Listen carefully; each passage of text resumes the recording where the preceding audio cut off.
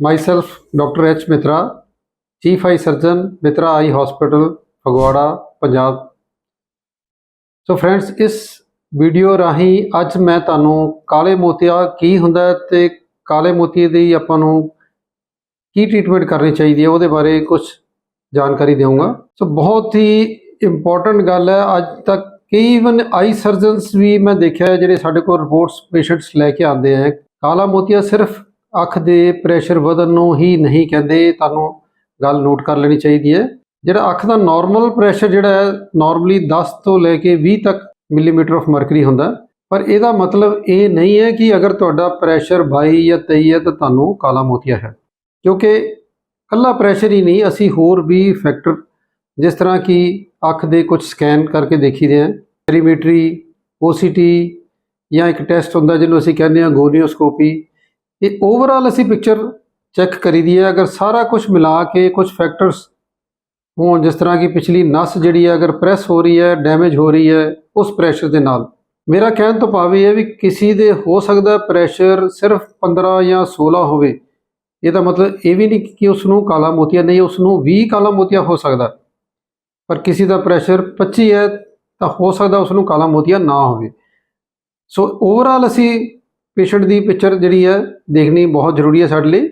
ਸੋ friends, ਜੇ ਤੁਸੀਂ ਕਾਲਾ ਮੋਤੀਆ ਦੇ ਸ਼ਿਕਾਰ ਹੋ ਸਕਦੇ ਹੋ ਜਾਂ ਨਹੀਂ, ਤੁਸੀਂ ਕਿਸ ਤਰ੍ਹਾਂ ਨੋਟ ਕਰ ਸਕਦੇ ਹੋ? ਦੇਖੋ, ਬਹੁਤ ਕੁਝ ਫੈਕਟਰਸ ਹੁੰਦੇ ਆ ਜਿਨ੍ਹਾਂ ਦਾ ਤੁਸੀਂ ਧਿਆਨ ਦੇਣਾ।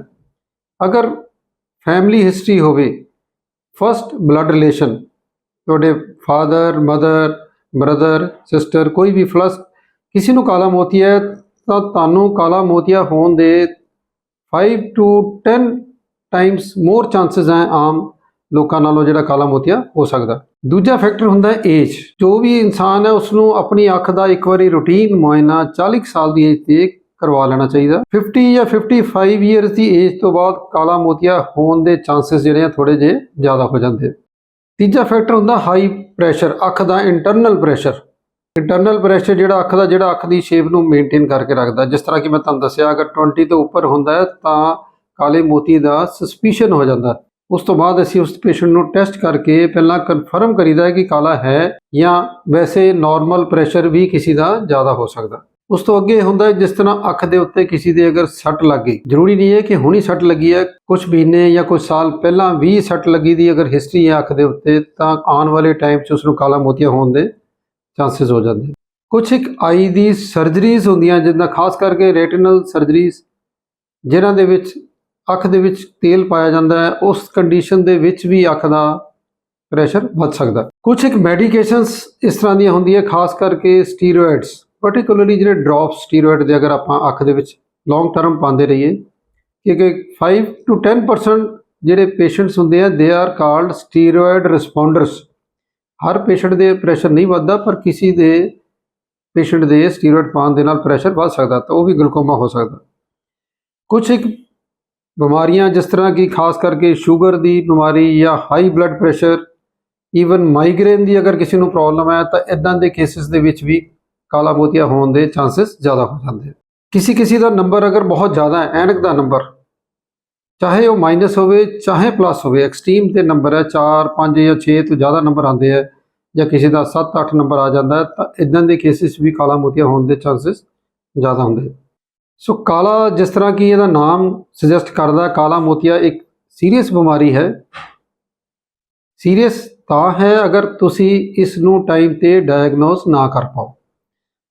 ਸੋ ਟਾਈਮ 'ਤੇ ਡਾਇਗਨੋਸ ਕਰਨ ਲਈ ਇਹ ਜ਼ਰੂਰੀ ਹੈ ਕਿ ਤੁਸੀਂ ਰੂਟੀਨ ਆਪਣਾ ਚੈੱਕਅਪ ਕਰਵਾਉਂਦੇ ਰਹੋ, ਖਾਸ ਕਰਕੇ ਜਦੋਂ ਤੁਹਾਡੀ ਏਜ 40 ਸਾਲ ਦੀ ਹੋ ਜਾਏ। ਕਾਲਾ ਮੋਤੀਆ ਬੱਚਿਆਂ ਦੇ ਵਿੱਚ ਜਨਮ ਤੋਂ ਵੀ ਹੋ ਸਕਦਾ, ਪਰ ਉਹ ਇਸ ਤਰ੍ਹਾਂ ਦਾ ਕਾਲਾ ਮੋਤੀਆ ਹੁੰਦਾ ਹੈ ਕਿ ਪੇਰੈਂਟਸ ਯੂਜ਼ਲੀ ਡਾਕਟਰ ਦੇ ਕੋਲ ਉਸ ਨੂੰ ਕੰਸਲਟ ਕਰਨ ਲਈ ਲੈ ਆਉਂਦੇ ਆ, ਤੇ ਜਲਦੀ ਇਹਦਾ ਇਲਾਜ ਸ਼ੁਰੂ ਕਰਕੇ ਆਪਾਂ ਉਹਦਾ ਇਲਾਜ ਕਰ ਸਕਦੇ ਹਾਂ।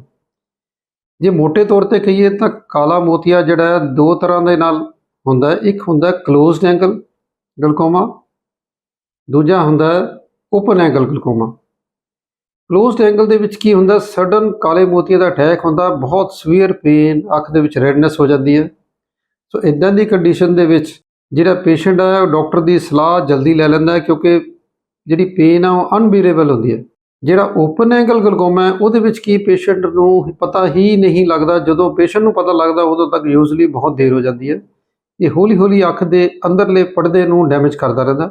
ਜਦੋਂ ਮੇਨ ਇੱਕ ਆਪਣਾ ਅੱਖ ਦਾ ਦੇਖਣ ਦਾ ਹਿੱਸਾ ਹੁੰਦਾ ਜਿਸ ਨੂੰ ਅਸੀਂ ਫੋਵੀਆ ਜਾਂ ਮੈਕੂਲਾ ਕਹਿੰਦੇ ਹਾਂ, ਜਦੋਂ ਇਹ ਕਾਲਾ ਮੋਤੀਆ ਉੱਥੇ ਤੱਕ ਅਸਰ ਕਰਦਾ ਤਾਂ ਪੇਸ਼ੈਂਟ ਦੀ ਨਜ਼ਰ ਬਹੁਤ ਡਾਊਨ ਚਲੀ ਜਾਂਦੀ ਹੈ। ਔਰ ਜੋ ਨਜ਼ਰ ਕਾਲੇ ਮੋਤੀਆ ਨਾਲ ਇੱਕ ਵਾਰੀ ਡੈਮੇਜ ਹੋ ਗਈ ਅਸੀਂ ਉਸ ਨੂੰ ਰਿਵਰਸ ਨਹੀਂ ਕਰ ਸਕਦੇ।